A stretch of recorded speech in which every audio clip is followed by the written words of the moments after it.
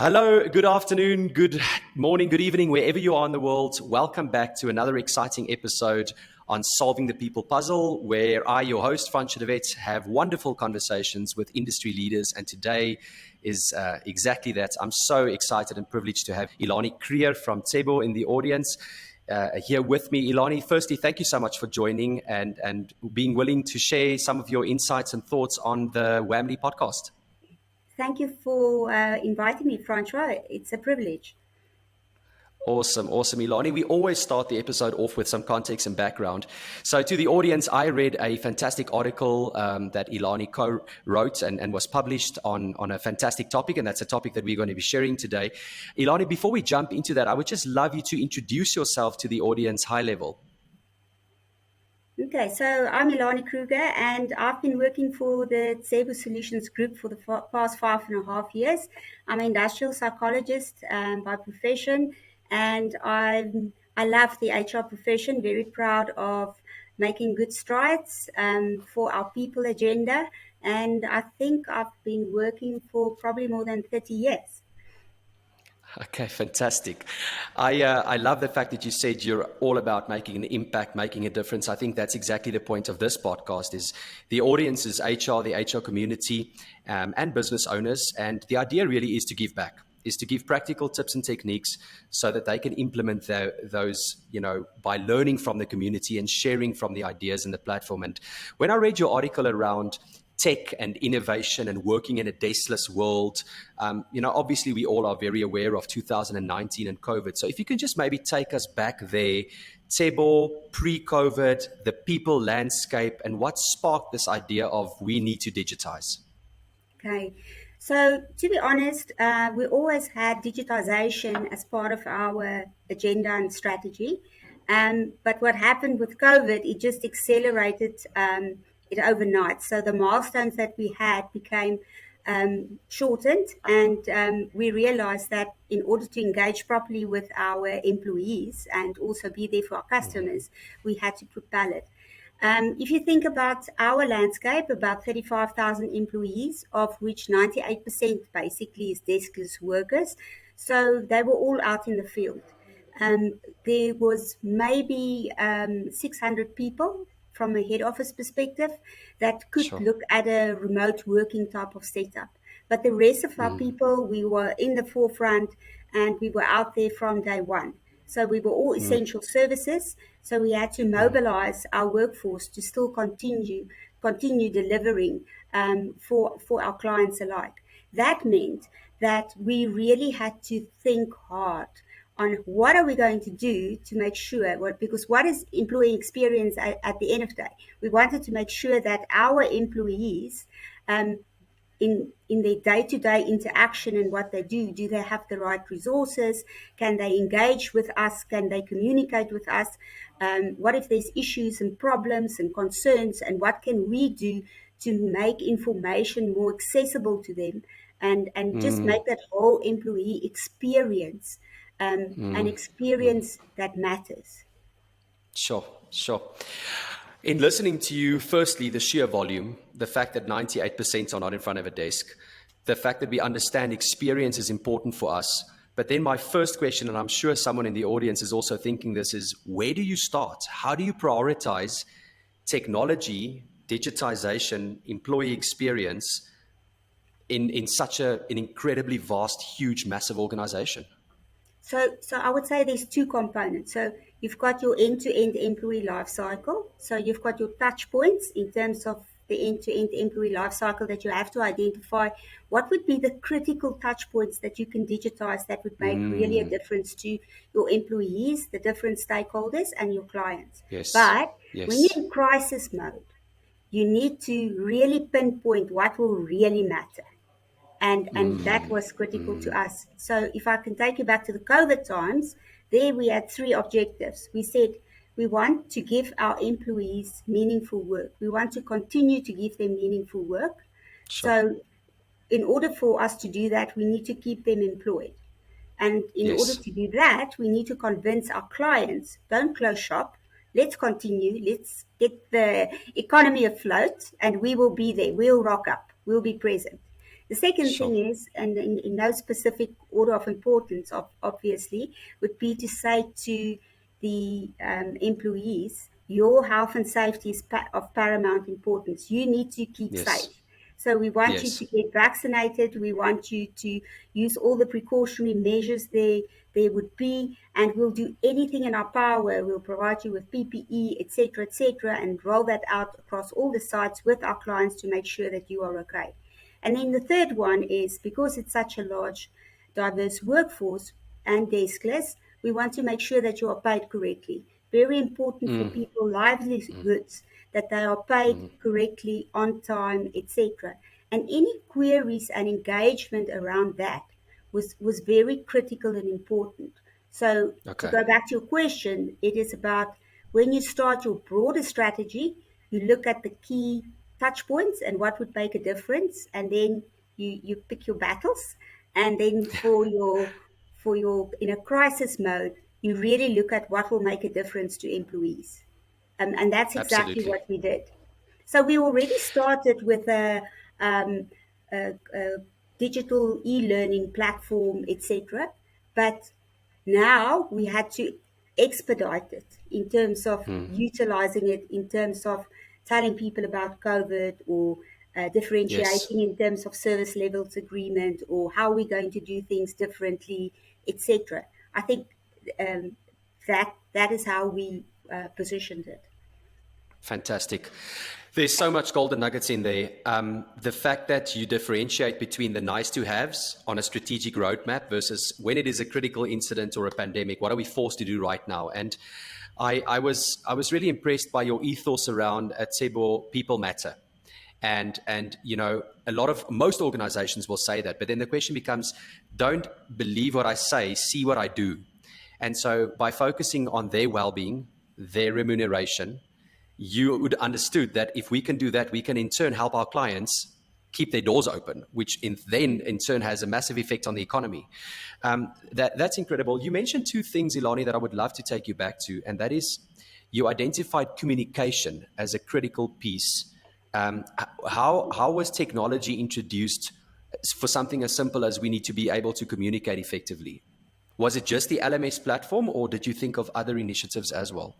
No, no, we thought of other initiatives as well. So Cebu has a well-entrenched WhatsApp platform, for lack of a better description, and because a lot of the services that we offer would be unit-based, people have their smaller platforms in terms of communicating. And I don't think there's a one size fits all, or one massive platform and roll out. We didn't have time to wait for a new system or technology, etc. But we used what was available, and put Yes. a bit of steroids in it. So what we used is the WhatsApp groups that were already entrenched, but we also created a Tsebo WhatsApp platform that would enable all our employees for your more generic messages. So we segmented the messaging.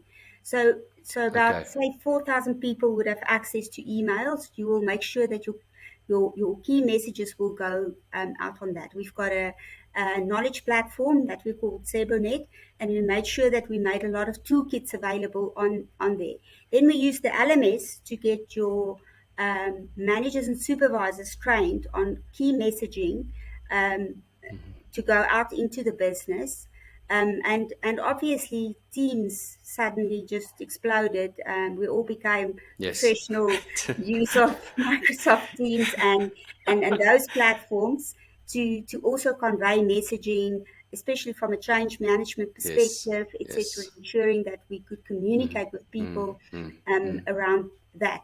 But we also looked at how could we enhance our existing technology. So, for example, we've got a Mobi platform as part of our HR information system called Fluent. And during the COVID period, it took us some time. We've now built a Mobi app to it, where employees can actually, doesn't matter where you are, you can access your pay slip, you can apply for leave, you can Wow. change your details, you can do pay queries, and especially on the lower levels, pay queries Yes. is very important. And we've mapped the ability of the employee, if they're in a specific region, they fall in a specific hub, then they can immediately connect with that hub administrator, who would then, within a 24-hour turnaround time, Yes. address their concern and come back to them and assist the employee. And then we had a network of obviously COVID reporting, because our people were in the front line, and I think about 3,000 people contracted COVID working for us.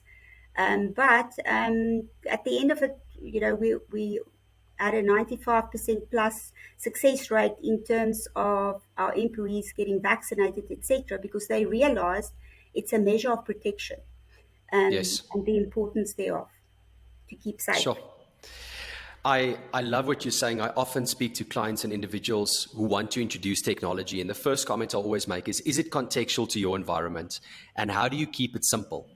So your comment around utilizing existing technology, optimizing what is in the business already, and then contextualizing it back to what makes sense for your environment is often such a better route in going and buying something massive off the shelf that you think you need, or that the global economy is telling you that you require, but really specifically thinking about, will this work for us?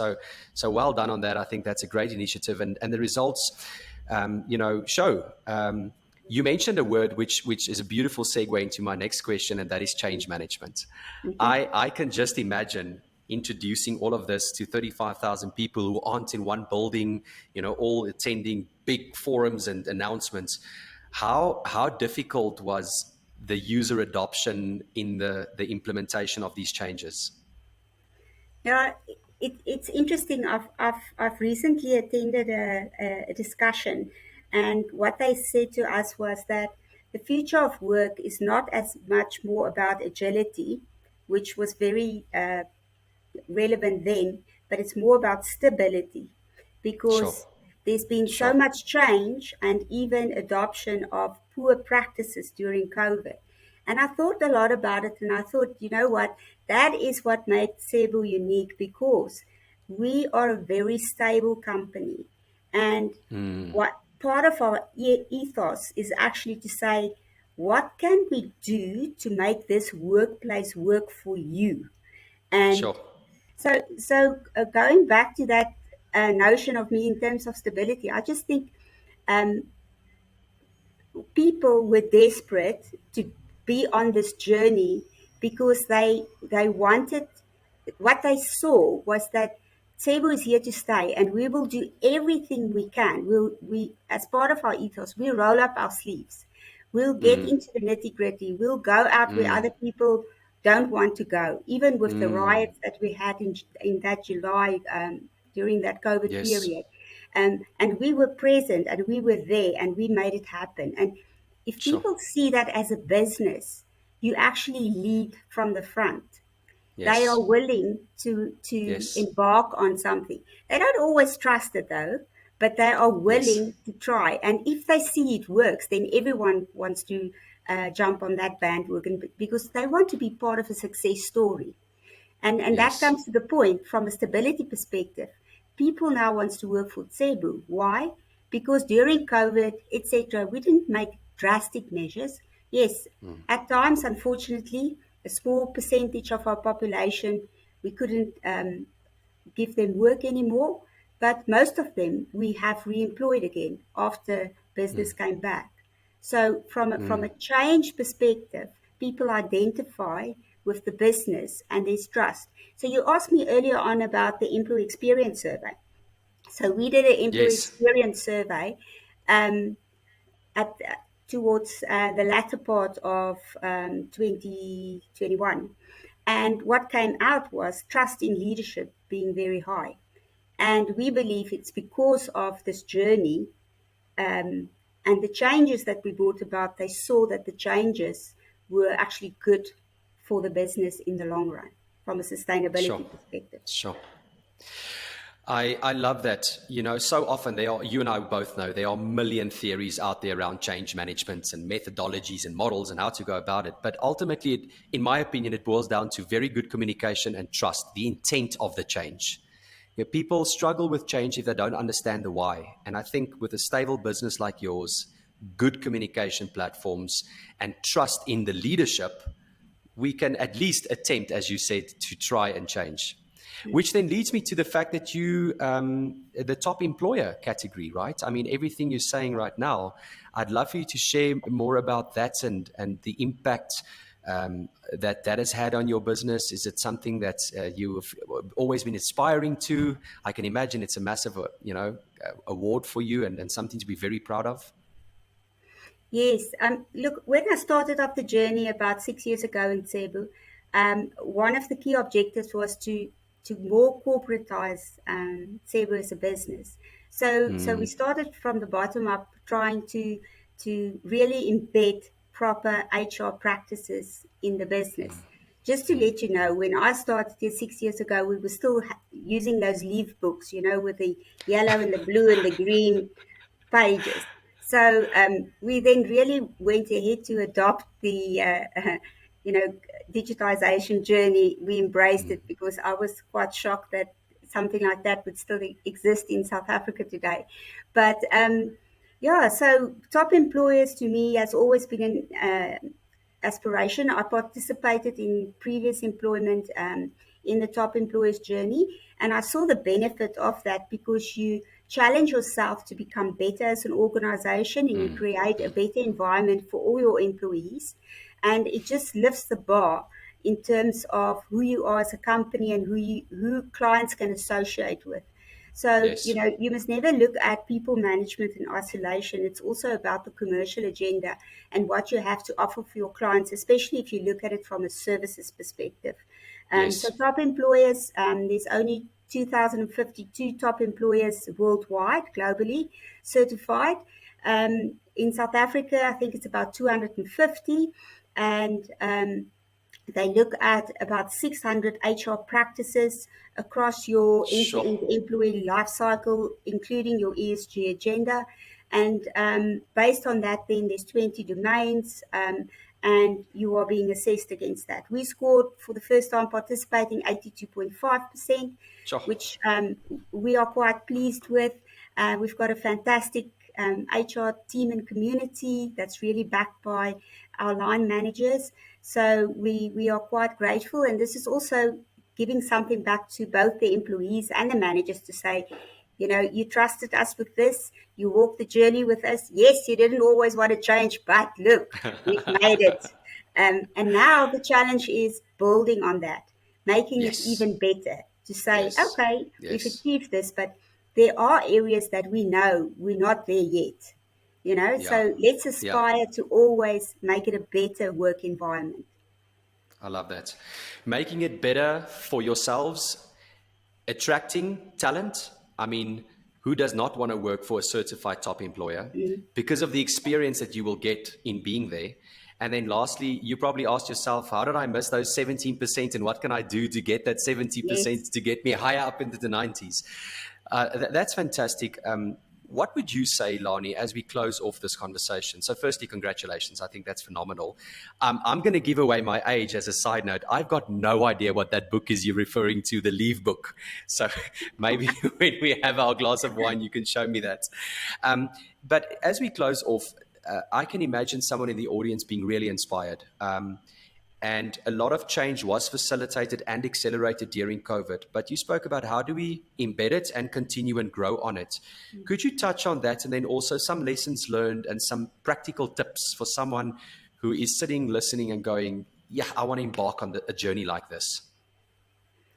Yeah. So maybe in terms of for the future, what we're looking at, we are busy with a very exciting project at the moment where we are digitizing our whole onboarding experience. Nice. So we've Nice. contracted with a company called Emborder, and we are rolling out for a certain population of employees coming in, where you, from a digitization perspective, even before you join, until you leave at the end of the day, your whole journey is digitized. So it just helps with your onboarding, but also your induction. And so it's quite a big project for us, which is super exciting for us in terms of that. Then also from a digitalisation perspective, if you look at um, our frontline employees, how we onboard them, we want to get rid of all the paperwork. So Yeah. we're busy with a digitization project to, once people have ticked all the boxes in terms of screening, vetting, training, compliance, etc., how do we onboard you and how do we mobilize you to come on board quite quickly, so that we can deliver to the requirements of our clients, but also to ensure that everything is compliant, from a legislative side. Because on the front line, a lot of our stuff is very regulated. So Yeah. it makes for reams of paperwork that we want to Yes. to Get rid move of. away from. Yeah, and then Okay. it's just, I would say, things that we're busy with. We're again going to have our employee experience survey towards the latter part of the year. We want to digitize it as far as possible. We had 50% participation the previous round, Wow. which I think is quite good. About 15,000 plus employees that participated in our survey. So this time around, we want to increase the participation, and really Excellent. leverage on that in terms of focus groups. Yeah. And there's about Incredible. 87 practices that we identified on the top employers' results where we can improve. And we're Oh, busy wow. working Okay. through that now to, target and prioritize that specifically. My advice to people, take it slowly. Don't rush into anything. Pick your battles, decide which ones will give you the best leverage, and then Yes. obviously, whoever you see, there's always a manager or a division or a section that says, pick me, and then you pick them, and they give you good feedback, they have open minds, they want to go through the change. It's better to take people through a gradual change process than have this big change roll out. And at the end of the day, I think only 53% of big change management programs in any event, is successful. Succeed. Yeah. 100%. So take it slow. Decide on the critical areas that'll give you the biggest feedback and leverage. Take champions with you on a journey. Get regular feedback. Make changes, tweak, and then have a priority roadmap. Does that summarize it? Yes, I think that's good. Fantastic. Elanie, thank you so much for sharing your knowledge, your wisdom, your insight, your practical tips, techniques, and experiences with us in the community. It's been an absolute pleasure having you on the episode. Thank you, Francois.